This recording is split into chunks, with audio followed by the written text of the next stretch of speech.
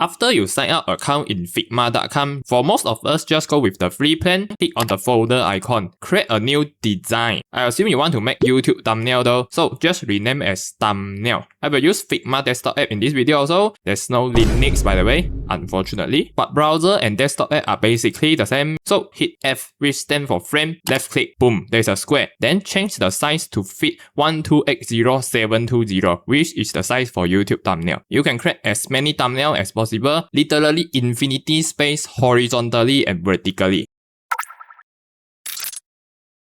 So the interface is super simple. It can be break down to left, right, bottom. The bottom is just a bit of tool. You can ignore everything for now. We will talk about this later. For the left side, the top is the pages. You can ignore it for now as well. And the bottom is a tree structure for you to organize layering. For example, if I duplicate the image here, you can see it create a new image object in the tree structure. You can also reorder the element. Element on top will always show in front. Alright, and here is great also for selecting. If something is too small, like when you have a 10mm photon in your thumbnail or anything. Okay, for right side, this is for you to change the current thing. For example, when you select an image, you can change the size, but when you select a text, you can change the font, change the color, you get that. Then if you click empty space, which means you didn't select anything else, then you can change the project setting, like the background color. In this video, you can see all the keyboard shortcut I pressed in the corner here. So to zoom in and out, you hit Ctrl and then scroll wheel to zoom. Middle mouse button to pan or move your camera. You can hit space and left click to do the same thing as well. In the bottom, you can see a lot of tools in here, but you can ignore them actually because you only need 3 to 4 of them most of the time. So just use the keyboard shortcut. Yeah, V for the default mode. When you are missing, just keep pressing V. T to add a text. Pretty straightforward. R, add a rectangle. Or add a circle. No idea why is it called or, not C for circle. Maybe it's over or something. P stand for pen. To draw any custom vector shape. This is actually a bit advanced, so we will talk about this in the advanced vector chapter. Alright. To import any image, you simply just drag and drop. I recommend you drop in the empty space first and then slowly move inside your frame because sometimes it's a bit buggy for some reason. And to crop the image, you hit Ctrl and then you hit Alt to apply to both sides. So to scale an image, what I always do is to hit Shift and Alt at the same time to scale from the center. But there is a limitation for image in Figma is you can remove background. This is actually a pay feature in Figma. Yeah, so to solve this, you need to go some online background remove website or anything else like Windows Photo Editor. I don't know. For text, I always follow a simple principle I made out myself called BBSBS, which stands for Big, Bold, Short, Black Stroke. For the font, these are some of the font I use. I mainly only use Impact, but to make it clear on the light background, this is why we need black stroke. Before, after.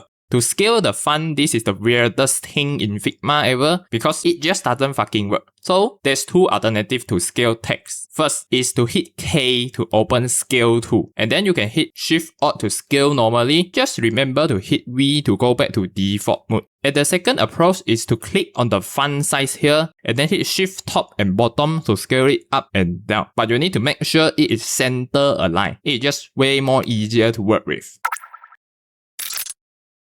When you see something like this in the inspector, then you can left click and change the color easily like any other software. But you can add variable by simply click this plus icon. Let's say this yellow text color, give it a name. Then the next time you need this, you can go to the library section and then just use this across your entire project. For the gradient color, just hit this small little button. Figma support most of them like linear, radial. I recommend you experiment yourself a little bit. It is very straightforward. But for this circle gradient background though, I have a different approach actually, which use the shape and then it just gives us more control. I will talk about this in the advanced vector chapter.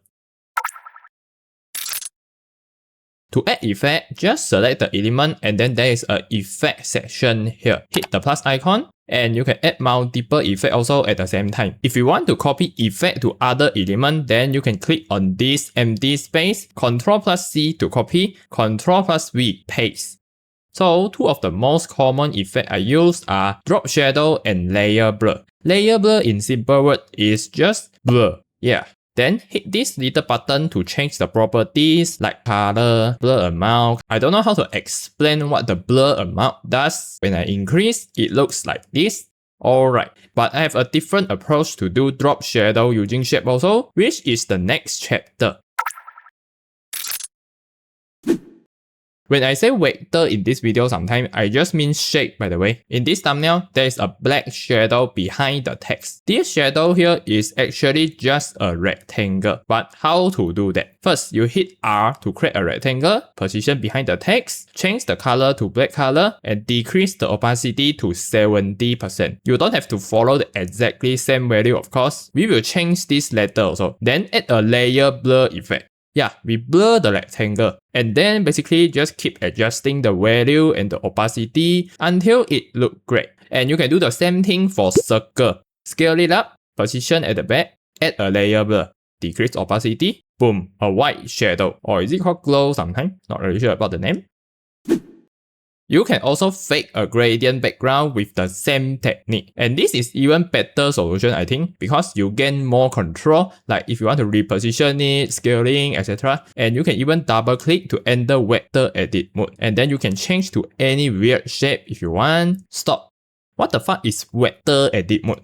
To explain this, let's look at next example. Pen tool. In this thumbnail, I have a green rising graph at the background, but if we hide everything, you can see this graph is actually just a vector, which means it's basically the same with the rectangle and the circle just now. They are all just shape. But how to make this? So hit P for pen tool. Then you can draw any custom shape. For now, we sketch a graph first. Don't care too much about the position first. For now, we can change this later. In here, make sure it do close the shape properly. Don't leave any space. Then we can change the stroke color to green color. Double click to enter vector edit mode, which is just to let you edit all the points for this shape. And we use the pen tool here to make a curve. You can hold shift when dragging, so it will always be a straight line. With shift, without shift.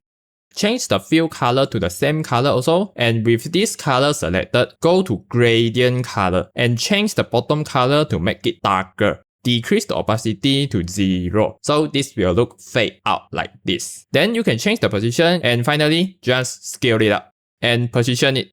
You are done. And if you want to add a little slider in here, just hit O to add a circle, scale it down, change the color to match this, add a white stroke. Boom. But now actually they are completely separate elements, so you can hit shift to select both of them and then Ctrl plus G to group them. And now you can select them together. Yeah. And of course, hit Ctrl Shift G to ungroup them as well. Alright. In this thumbnail, I have a lot of icons here in the straight line, but the question is how can we make sure everything is really straight line without we manually adjust with our eyes? It's really easy. We hide everything, then shift select every icon, hit shift A. Really cool. After we do this, we can adjust a lot of settings like spacing, padding, top, bottom, left, right, align horizontal, vertical. Yeah, you get the idea. It is really cool. To export something in Figma, just click the text in the corner here to select entire frame. And in the export section here, click the plus icon, then just simply export. But how can you export source project? Let's say you want to send to your client or something. In this case, I recommend you create a new separate design and put the entire frame at here. And at the top here, there's a save local copy option. This will save the entire design file as a .fig file. So when your client get this, imagine I'm the client, I'm your client, okay? Then he can simply import this and boom.